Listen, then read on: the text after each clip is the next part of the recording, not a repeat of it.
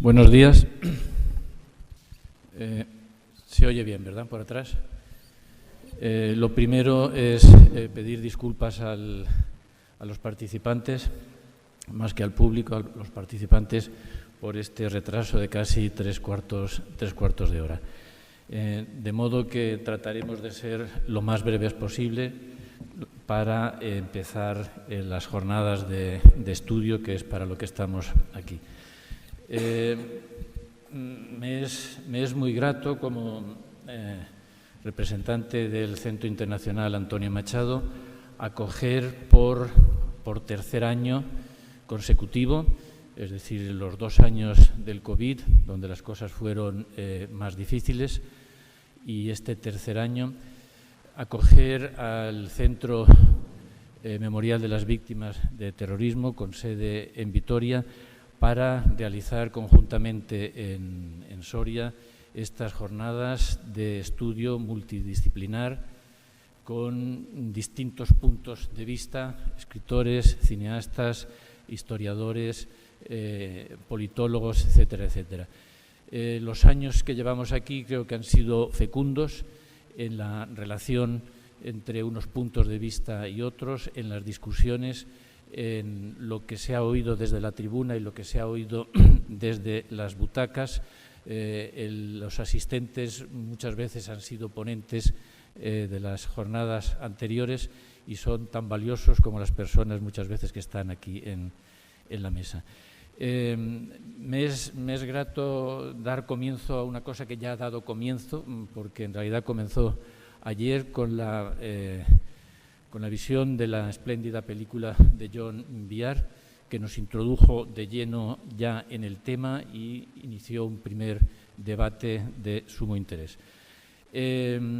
Por lo tanto, muchas gracias al Centro Memorial de las Víctimas del Terrorismo, muchas gracias a Florencio Domínguez, su presidente y ponente fundamental siempre de estas jornadas. Muchas gracias a Gaizka Fernández Soldevilla y a Ana Escauriaza, que son las dos personas que dirigen este año el encuentro y que van a estar aquí con ustedes.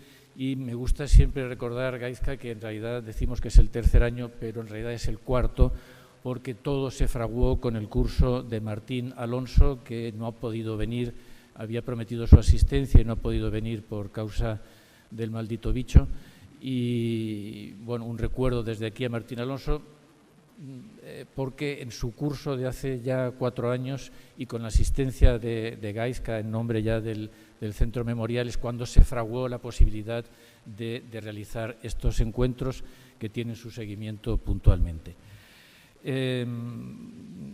Siempre me olvido de cosas que tengo que olvidarme, pero quisiera poner antes de ceder inmediatamente la palabra, como lema, como se hace en los libros, que a veces se cita algún autor, alguna autoridad solvente.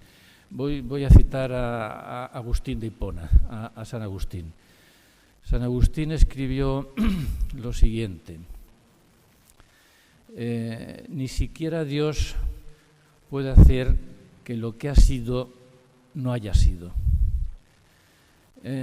A lo mejor Dios no, pero hay un poder todavía más fuerte, que es el poder de la comunicación y la comunicación del poder. Y el poder de la comunicación y la comunicación del poder en muchas ocasiones pueden, o por lo menos intentan, hacer que lo que ha sido no haya sido. Creo que algunos de los que estamos aquí, muchas más personas y ciudadanos, hemos acogido esa necesidad de tratar de decir lo que ha sido, mantener que lo que ha sido, tratar de contar lo que ha sido de la forma menos mendaz y más veraz posible, y tratar de hacer con los medios antiguos y con los medios modernos de divulgación lo más certeramente posible. Bueno, yo aquí dejo las cosas y paso la palabra al director y al alma del Centro Memorial de las Víctimas del Terrorismo, de Vitoria, a Florencio Domínguez, que es además uno de los grandes ensayistas, historiadores sobre todos los fenómenos de la violencia y del terrorismo. Buenos días, muchas gracias, José Ángel. Quiero manifestar, en primer lugar, mi satisfacción por volver a este aula excepcional de la mano del Centro Internacional Antonio Machado por tercer año consecutivo para reflexionar y debatir sobre diversos aspectos relacionados con el terrorismo. Y quiero dar también las gracias a la delegada del Gobierno por haber hecho el esfuerzo de estar presente aquí esta mañana, a pesar de que ayer llegó a Soria a las 5 de la madrugada procedente de la zona de los incendios de Salamanca. Voy a ser muy breve. En este curso queremos reflexionar sobre algo de estricta actualidad, es decir, cómo relatar la historia del terrorismo, cómo dar una explicación a la sociedad, una explicación a la sociedad que contrarreste aquellos intentos de diluir las responsabilidades que han tenido los terroristas en la violencia, en los crímenes, en la destrucción, en las amenazas a la libertad. Y lo vamos a hacer de la mano de expertos de la universidad que han trabajado, que han investigado, de juristas y, por supuesto, de la mano de las víctimas, porque ellas tienen mucho que decir sobre esta cuestión. Y sin más, por mi parte, le cedo ya la palabra a la delegada del Gobierno, doña Virginia Barconés, a quien le vuelvo a agradecer su presencia aquí a estas horas. Buenos días, muchísimas gracias. Directora General de Apoyo a las Víctimas del Terrorismo del Ministerio del Interior, Montserrat Torija. Director del Centro Internacional, Antonio Machado, José Ángel González Sainz. Y querido Florencio Domínguez, director del Centro Memorial de Víctimas del Terrorismo. Buenos días a todas y a todos.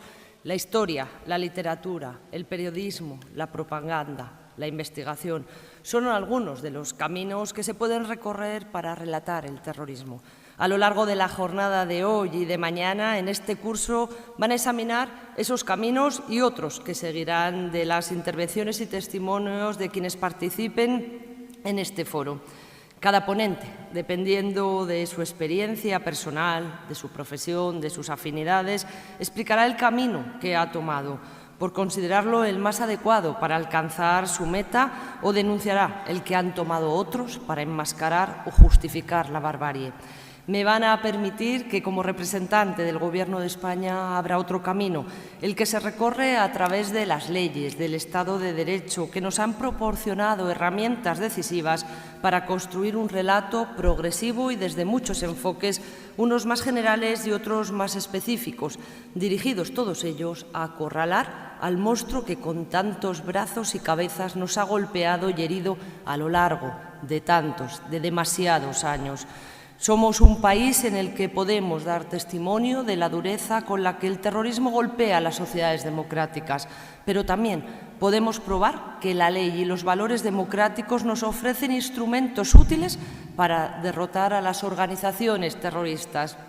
Y entre las leyes especialmente significadas en este relato, creo que merece una especial consideración la Ley 29/2011 de 22 de septiembre de reconocimiento y protección integral a las víctimas del terrorismo, aprobado bajo la presidencia del Gobierno de José Luis Rodríguez Zapatero. En ella se despliegan los principios de memoria, dignidad, justicia y verdad, para rendir homenaje a las víctimas del terrorismo y expresar el compromiso permanente de la sociedad española con todas las personas que lo han sufrido o que lo pudieran sufrir en todas sus formas.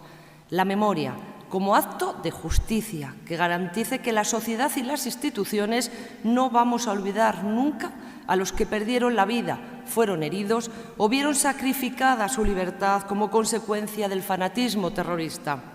El recuerdo como un instrumento educativo que nos transmita a todos pero especialmente a las generaciones más jóvenes la necesidad de construir espacios en los que sea posible encontrarse y espacios que deban estar edificados sobre la verdad de lo que sucedió, sobre el triunfo final de las víctimas del terrorismo frente a la sinrazón y la violencia, la dignidad, para tratar a las víctimas con el respeto y para convertirlas en un referente ético para nuestro sistema democrático, porque ninguna democracia puede ser digna de tal nombre si no reconoce, honra y ampara a quienes han sido injustamente atacados, perseguidos o amenazados. Y en este punto creo necesario hacer un reconocimiento especial a las fuerzas y cuerpos de seguridad del Estado por su eterna eficacia en la lucha contra la amenaza terrorista y porque han sido los que mayor número de víctimas mortales han sufrido. Mi recuerdo, mi gratitud a esos 210 guardias civiles, 150 miembros de la Policía Nacional y 41 policías autonómicos y locales que fueron asesinados por ETA. Representaban la primera línea de defensa del Estado frente al intento de imponer por la fuerza el proyecto político de los terroristas. Les atacaban para golpearnos a todos, a toda la ciudadanía y a las instituciones políticas a las que pretendían doblegar. Esos servidores públicos y sus familias sufrieron durante mucho tiempo el desprecio a su dolor y se intentó minimizar su sacrificio. Pero su esfuerzo y la dignidad demostrada en estos años tan difíciles son un ejemplo inigualable de civismo y de compromiso con la democracia, la Constitución y sus valores. Y sigo con la justicia, otro principio que proclama la Ley de Reconocimiento y Protección Integral de las Víctimas del Terrorismo, que es la primera exigencia a la que debe de obedecer el Estado de Derecho. Los poderes públicos no podemos permitir nunca la impunidad de los crímenes terroristas en cualquiera de sus manifestaciones y debemos proteger siempre a las víctimas para que no sufran situaciones injustas o de desamparo. Y la verdad, ese principio que recoge la ley y que no solo nos concierne a los poderes públicos, sino que es exigible a toda la sociedad. Nadie puede sustraerse de contar con total claridad la existencia de víctimas y de terroristas, de quienes han sufrido el daño y de quienes lo han causado. El relato no puede caer nunca en falsas neutralidades, equidistancias o ambigüedades y nunca puede caber en él la justificación, ningún tipo de justificación de terrorismo y de los terroristas. Cuando el relato que escribimos contiene todas las pautas que nos han ido marcando las leyes, respetando todos los valores constitucionales y universales de las sociedades abiertas y democráticas, en ese momento podemos pasar página, pero dejando siempre el libro abierto para poder seguir escribiendo en él y recordando siempre que una sociedad que no mira hacia atrás tampoco conseguirá mirar hacia adelante. Muchísimas gracias. Sabéis que me tenéis siempre a vuestra disposición, que en todo aquello que os pueda ser útil, siempre voy a estar a vuestro lado, siempre al lado de las víctimas. Muchísimas gracias. Bienvenidos a este curso de verano, a la tercera edición ya, como os ha dicho. Es un placer estar aquí de nuevo con todos ustedes en Soria y compartir una experiencia como la que hemos tenido otros años, ojalá sea tan buena. Hay que recordar que la primera vez que vinimos aquí, la primera vez que hicimos el curso, fue en unas condiciones realmente duras y por culpa de la pandemia, y a pesar de ello lo superamos y salió muy bien, y creemos que los dos cursos de Soria pues, son una apuesta segura, ¿no?, para intercambiar experiencias, para conocer lo que está haciendo otra gente, y también sirve como semillero de nuevos proyectos. Por ejemplo, el año pasado, en este mismo curso, tuvimos una mesa de podcasters. Uno de ellos era el director de Sierra Delta, y a partir de ese encuentro, pues el Centro Memorial apostó por Sierra Delta y hemos hecho un podcast mensual con ellos, ¿no? Es decir, que aquí realmente se intercambian formas de trabajar, formas de ver, y se crean nuevos proyectos. Y en este curso, concretamente, yo creo que hemos pensado en hacerlo de una manera mucho más clara. Por tanto, hemos escogido un abanico de ponentes multidisciplinar, en el mejor sentido de la palabra, es decir, personas que vienen de ámbitos académicos y profesionales muy diferentes. tenemos periodistas, tenemos criminólogos, tenemos historiadores, sociólogos, pero también tenemos cineastas, como tuvimos ayer a Jon Viar o hoy a Felipe Hernández Cava, escritores, como mañana tendremos a Luisa Echenique, divulgadores y, por supuesto, a víctimas, ¿no? Mañana por la tarde hay que recordar que tenemos a Irene Villa y a Ramón González. Irene Villa, superviviente de un atentado de ETA, y Ramón González, superviviente del atentado yihadista de la Sala Bataclan. Y para empezar el curso, aunque en el programa original estaba Juan Avilés, Juan nos dijo que no podía venir hoy y, por tanto, hicimos una modificación. Entonces, Florencio lo abrirá él. Florencio Domínguez, José Ángel lo ha presentado como historiador y ensayista. Yo estoy seguro que Florencio no admitiría que le llamen historiador. Él es periodista, es doctor en comunicación por la Universidad de Navarra. Ha ejercido de redactor jefe de la agencia de noticias Vasco Press y es analista en los periódicos como La Vanguardia, El Correo y El Diario Navarra. Desde que el Centro Memorial abrió como fundación, mucho antes de que se abriéramos como museo, es el director del centro. Es autor de numerosos libros sobre ETA, por ejemplo, ETA, Estrategia Organizativa y Actuación, Negociación a la Tregua, El Final de ETA, Dentro de ETA, La Día a Día de los Terroristas, Las Raíces del Miedo, ETA en Cataluña, Desde Terra Lliure a Carlos Rovira, Yo soy Ternera, Una vida en ETA, Las conexiones de ETA en América y La agonía de ETA. También es coautor de La historia de ETA y Vidas rotas, Historia de los hombres, mujeres y niños víctimas de ETA. Además, si entran en la página web del Centro Memorial, encontrarán informes y balances como los que tienen aquí en papel, muchos de los cuales también son obra de Florencio, y los pueden descargar en PDF. Además, Florencio ha recibido, entre otros, el Premio Javier Bueno de la Asociación de Prensa de Madrid al Periodismo Especializado, el Premio Internacional Covite, la Gran Cruz de Mérito Civil y el Premio Periodismo Francisco Cerecedo. Y sin más, le cedo la palabra. Muchas gracias, buenos días. Y disculpen por mi despiste. Creí que me tocaba intervenir en la sesión de mañana y me había dejado las notas en la habitación. El tema de mi intervención es sobre terrorismo y propaganda. Más concretamente voy a centrarme en el caso de ETA y en el caso de los últimos años. El terrorismo es, por definición, una actividad con un componente propagandístico fundamental. Todos los grupos terroristas recurren a la propaganda para conseguir una dimensión que sus actos por sí mismos pues a lo mejor no tendrían. Esta dimensión propagandística, en el caso de ETA, se ha agudizado a raíz del final del terrorismo de ETA en el año 2011. Quiero señalar como una cuestión previa la consideración de que no hay finales buenos de las organizaciones terroristas para sus víctimas. Es decir, una organización terrorista puede desaparecer, pero sus consecuencias no desaparecen. Las pérdidas son irreparables.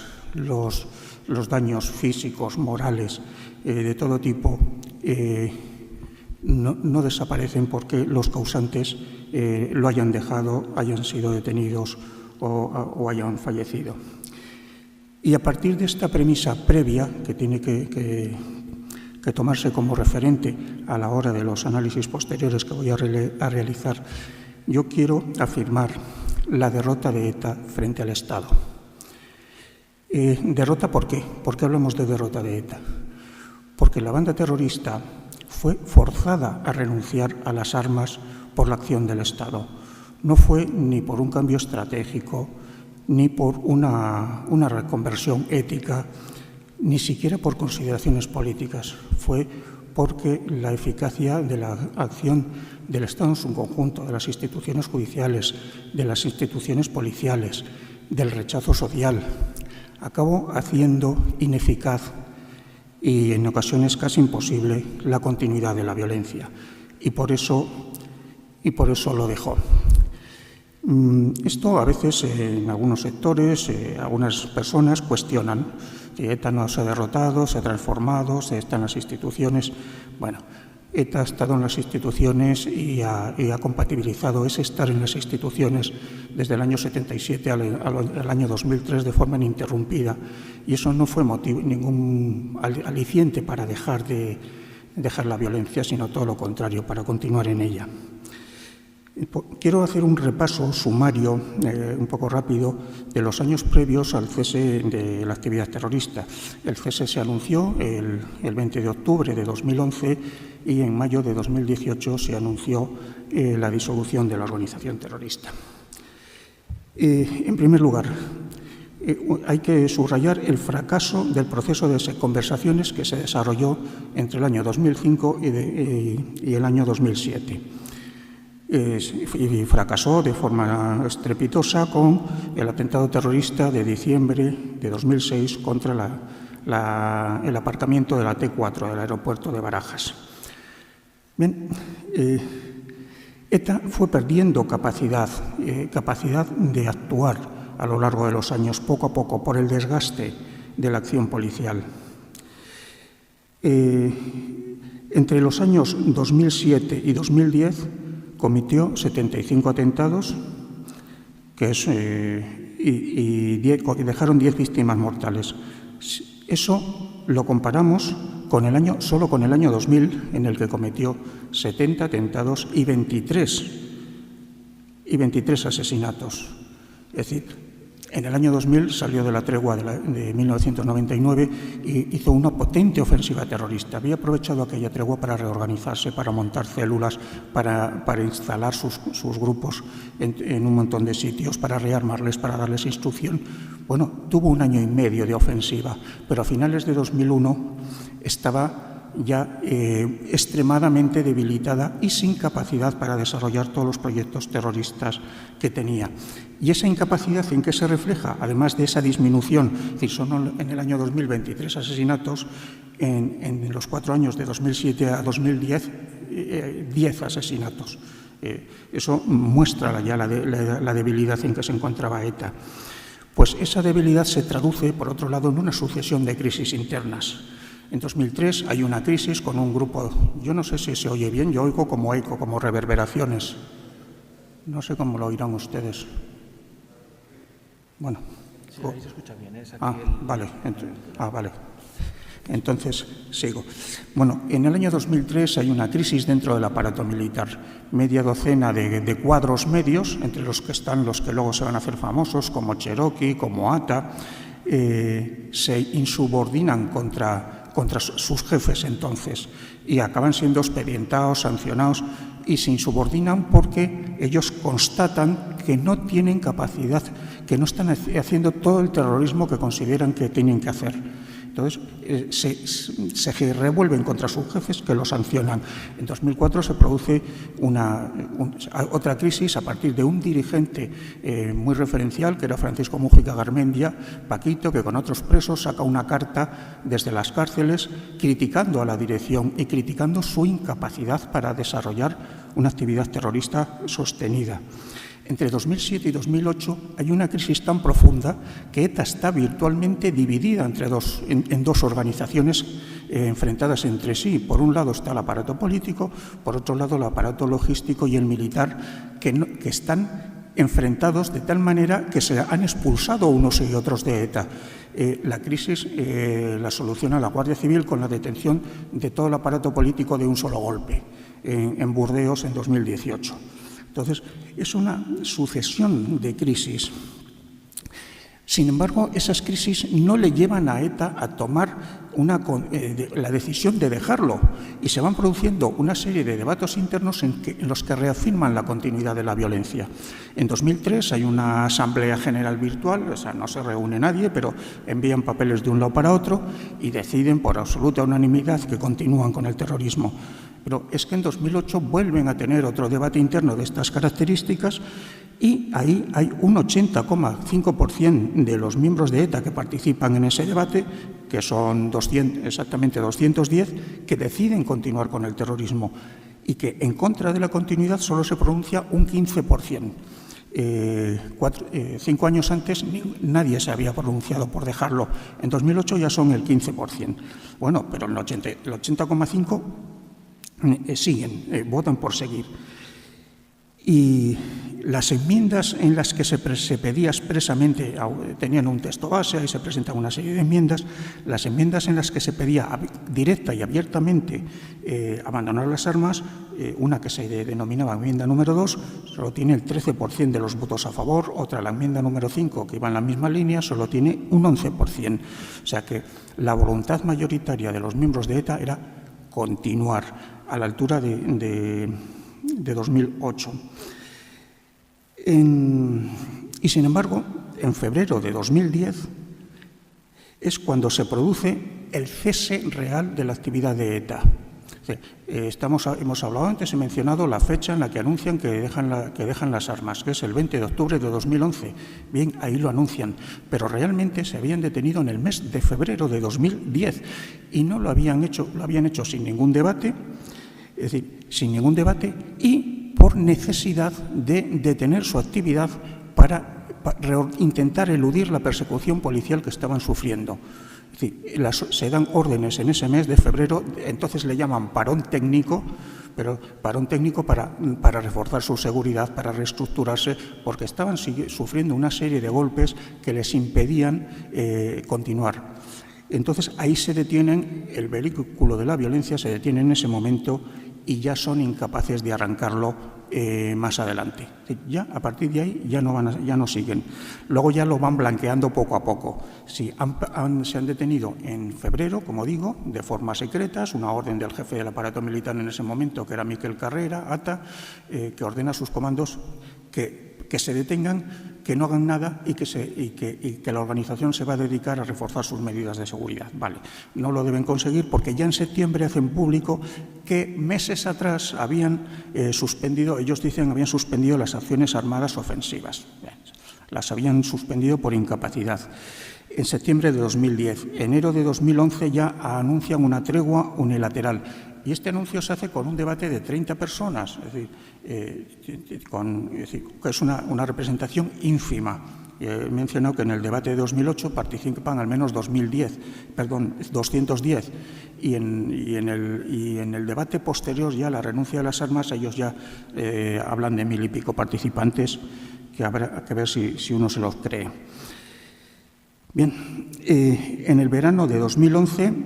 Bueno, van dando pasos en ese abandono definitivo de las armas. Ya reconocen pues, una cosa ideológica, que la vanguardia de la lucha por la liberación nacional ya no es ETA, como había sido siempre, sino que pasa a ser Batasuna. Es una muestra de su debilidad. Y el 20 de octubre, tres días después de que se hubiera celebrado en San Sebastián una reunión que ellos presentan como una cumbre de expersonalidades de diferentes ámbitos internacionales, que tiene lugar 3 días antes, ahí anuncia ETA el fin del terrorismo.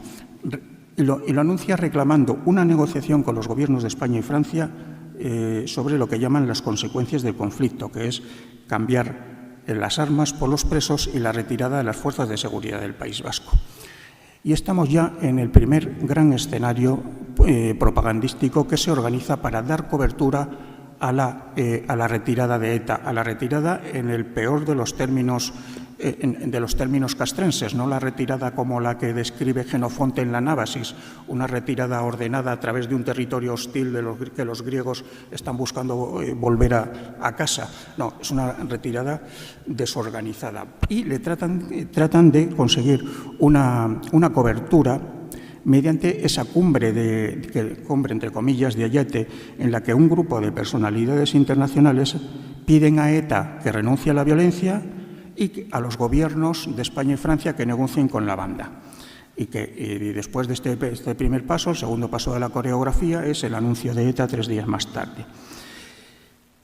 Bueno, aunque el anuncio lo hace el día 20, en ese momento ETA no es que pare por la tregua, por la petición de la cumbre, es que llevaba 20 meses parada. La actividad de ETA se había detenido 20 meses antes.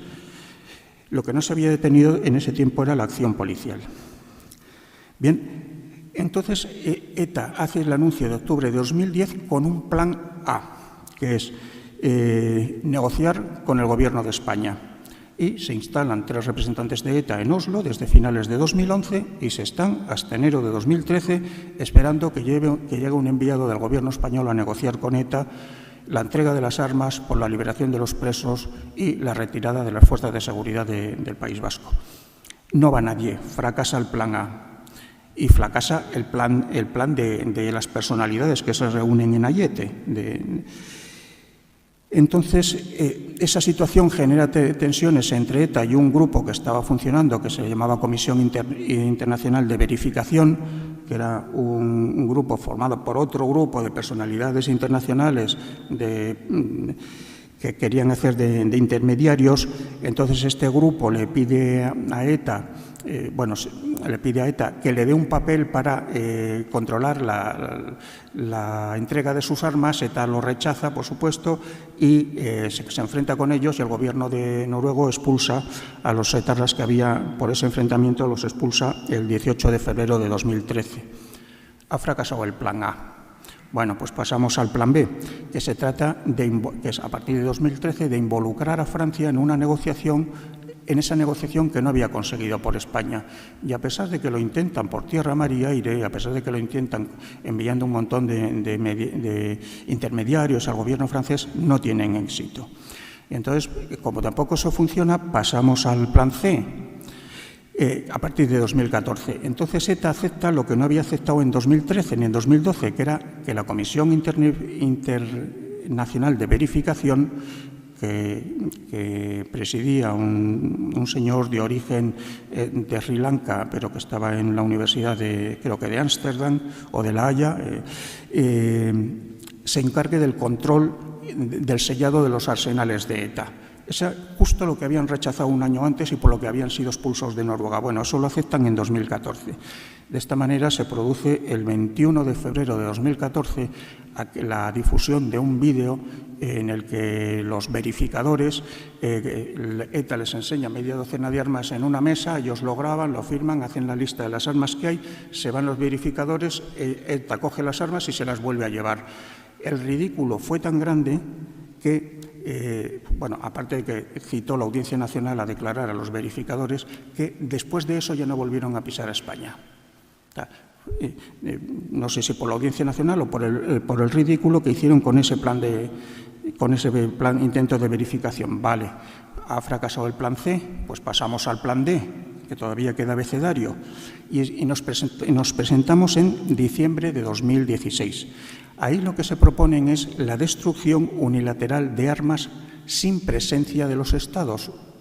Un poco lo que hizo el IRA, lo que pasa que el IRA fue más organizado. El IRA no entregó sus armas al gobierno británico ni al gobierno de la República de Irlanda. Las destruyó bajo la supervisión de una comisión internacional que presidía un general canadiense, con un político finlandés, con un par de presbíteros norirlandeses. Bueno, entonces las destruyó en secreto sin que ni los gobiernos de Londres ni los de Dublín tuvieran acceso a ese proceso. Entonces esto lo quisieron hacer, hicieron el primer intento en un caserío del País Vasco francés, propiedad de una amiga mía, por cierto. Hicieron un intento de destrucción con un supuesto apoyo de la sociedad civil vasco-francesa. Bueno, eso fracasó porque la policía los cogió infraganti, les intervino las armas y los explosivos que supuestamente querían neutralizar ahí, y entonces ya tenemos acabado el plan D. Pues pasamos al plan E. Y eso se plantea en abril de 2017, o sea, apenas 4 meses después de que había fracasado el intento anterior de destruir las armas sin intervención de los gobiernos. ¿Y en qué consiste? Pues sencillamente en entregar las armas a la policía francesa. No a mano, sino cogiendo las armas de los zulos, dejándolas ahí en 4 puntos de entrega y que luego las retire la policía francesa.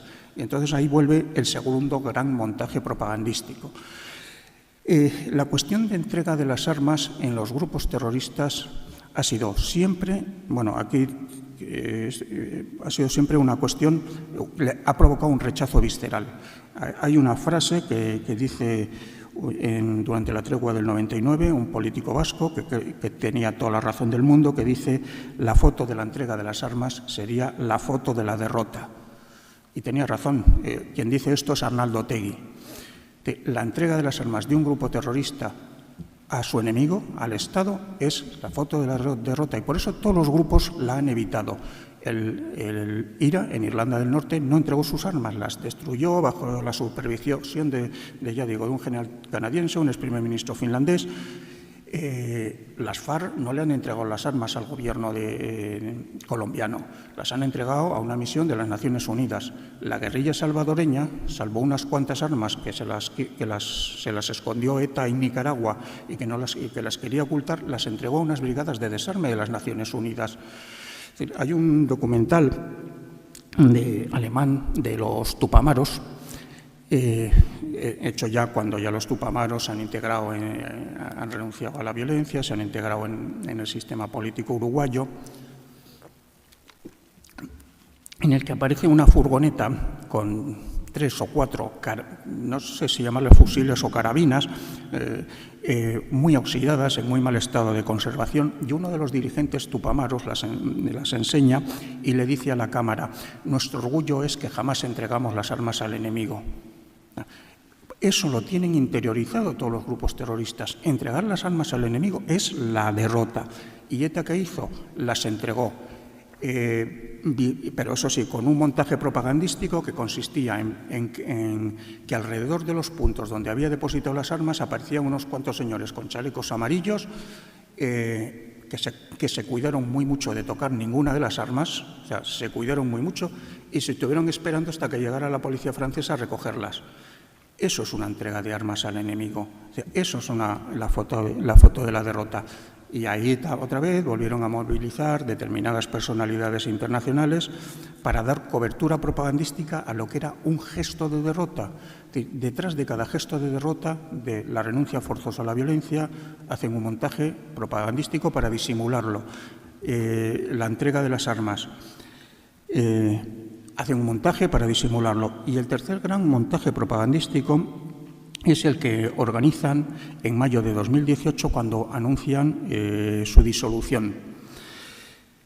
Previamente unas horas antes habían difundido unas grabaciones de Josu Ternera y de Amboto a través del centro suizo Henry Dunant a medios internacionales, en las que daban cuenta de que se disolvían. Aquí dijeron que había habido otro debate, supuesto debate, en el que habían intervenido 1.335 etarras, de los cuales 997 a favor, 47 en contra, que es un 3,5%, y 33 se habían abstenido, habían votado en blanco. Bueno, son cifras incomprobables, pero en todo caso es un debate a toro pasado, es decir, un debate cuando ya han renunciado a todo, entonces dicen que han decidido disolverse. Vale. Para acompañar a este nuevo episodio propagandístico, otra vez, otro grupo de personas internacionales hacen un espectáculo en Camp-Bouleven el 4 de mayo de 2018. ¿Tuvo éxito estos montajes propagandísticos? Pues yo creo que no. Y nosotros hicimos, un trabajo hecho por la Fundación Buesa en un proyecto conjunto con el Centro Memorial, que se titula en noviembre de 2019, está en la prensa internacional. Si les interesa, está en PDF en nuestra página web, en el que se analiza eso, está en la prensa internacional a lo largo del tiempo, y se hacen referencias muy precisas a estos episodios propagandísticos. Y se ve cómo los grandes medios internacionales no pican. Es decir, ni en 2011, cuando abandonan el terrorismo, ni en 2018, cuando anuncian su disolución. Es decir, y además, y si ustedes miran la prensa española de esos días, verán que nunca las víctimas estuvieron tan presentes. Es decir, cuando ETA hizo esos grandes anuncios, los medios españoles claro que los recogieron y hicieron análisis y publicaron muchos artículos sobre ello, pero llevaron las listas de víctimas a sus portadas, llevaron reportajes sobre las víctimas en todas y cada una de estas ocasiones. Es decir, que el impacto propagandístico que pretendían de haber tenido efecto lo habrá tenido entre sus incondicionales, no en el conjunto de la sociedad. No en el conjunto de la sociedad. Es decir, unas citas, por ejemplo, abandono de las armas, 2011, diario Le Monde. Explica el abandono del terrorismo en 2011, dice, porque ETA estaba privado de elecciones, acosado por la justicia, diezmado por la policía, con la mayor parte de sus dirigentes encarcelados. Es decir, está transmitiendo una imagen de derrota, no está transmitiendo una imagen de un gesto, como pretendieron vender, de un gesto generoso, unilateral de la organización terrorista.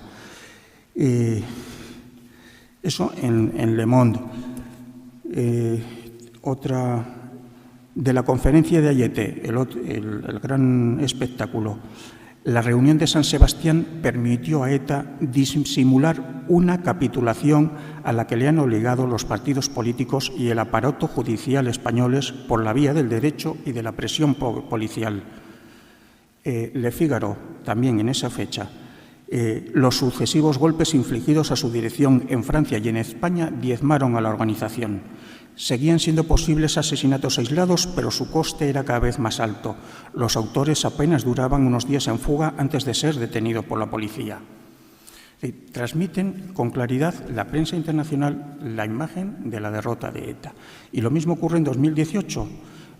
Le Monde comienza recogiendo unas declaraciones de la presidenta del COVITE, Consuelo Ordóñez, es decir, la presencia de las víctimas, con unas declaraciones de Fernando Savater, de la resistencia al terrorismo. Es decir, en el momento estelar de los asesinos, el protagonismo de medios internacionales y, por supuesto, los españoles, corresponde a las víctimas. Llevan también este periódico una entrevista a Gorka Landaburu, otra víctima. Bueno, y del acto de 2018, Le Monde, al acto propagandístico de Cambó Leven, le dedica 7 párrafos, muy poquito, en la edición digital. Le llama conferencia en minúsculas y entre comillas, es decir, cogiéndolo con pinzas, al acto, y dice que fue una pura teatralización. No le presta excesiva atención. Otro diario, Le Figaro, dice: este hundimiento no es más que el epílogo lógico a un declive inexorable. Decapitada por la detención de sus jefes, repudiada por la población, ya no era más que una absurda máquina de matar, dice el periódico francés, que en 2011 había dicho que, dice también, desarticulada por la policía, repudiada por buena parte de sus antiguos partidarios, asfixiada económicamente, ETA no tenía otra alternativa que organizar su final. Bueno, en los periódicos norteamericanos, muy poco interés por esto, eso es verdad, y eso sí, el Washington Post decía la noticia en 2018, la noticia refleja lo que llevaba años siendo evidente, que ETA era una fuerza gastada, con los efectivos diezmados por las detenciones, con una popularidad mínima en el País Vasco. El Gobierno ha ganado el largo combate. Esa era otra afirmación de este periódico. Bueno, creo que ETA, es una frase que se suele decir, ETA ha tenido efectos en la sociedad vasca, por supuesto, devastadores sobre el terrorismo. Ha condicionado, no se puede negar que ha tenido impacto político, ha condicionado negativamente el desarrollo de fuerzas políticas como el centro derecha, ha limitado también al Partido Socialista, es decir, ha ejercido un condicionante, pero ¿ha conseguido sus objetivos estratégicos? Pues yo diría que no. Entonces podemos decir, bueno, ¿de qué estamos hablando? Pues bueno, yo voy a hablar de lo que hablaba Miquel Ancha cuando se le detiene en el año 2004, que tiene un cuadrito muy preciso, un cronograma que empieza en 2004, donde tenía previsto los primeros contactos con el Gobierno, y llega hasta 2012.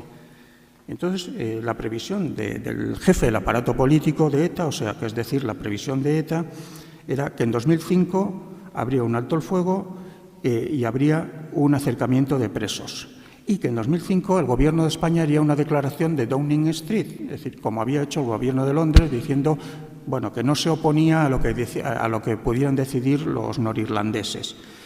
Que en 2006 España reconocería la autodeterminación, que en 2007 estarían los presos en la calle, 2007. Que en 2008 Francia reconocería la autodeterminación. Y ya, una vez hecho todo esto, conseguido todo esto, ya se planteaba ¿qué hacemos con las armas? Era una pregunta para la que no ponía respuesta. ¿Y qué hacemos con las Fuerzas Armadas españolas? Se sobreentiende en el País Vasco. Es decir, que, a ver, ya nos han reconocido la autodeterminación, todavía no lo hemos ejercido, pero a ver, ¿qué pasa con la policía, con el cuartel de Loyola, con el cuartel de Araca, con los cuarteles de la Guardia Civil? En 2009 ya habían previsto que habría un órgano común entre Navarra y el País Vasco. En 2011, hace 11 años, que ya habría un órgano común entre ese Navarra-País Vasco y el País Vasco francés. Ya todo lo que llaman Euskal Herria. Ya estaría en un órgano político conjunto. Bueno, eso eran las previsiones que tenía ETA. ¿Han conseguido algo de eso?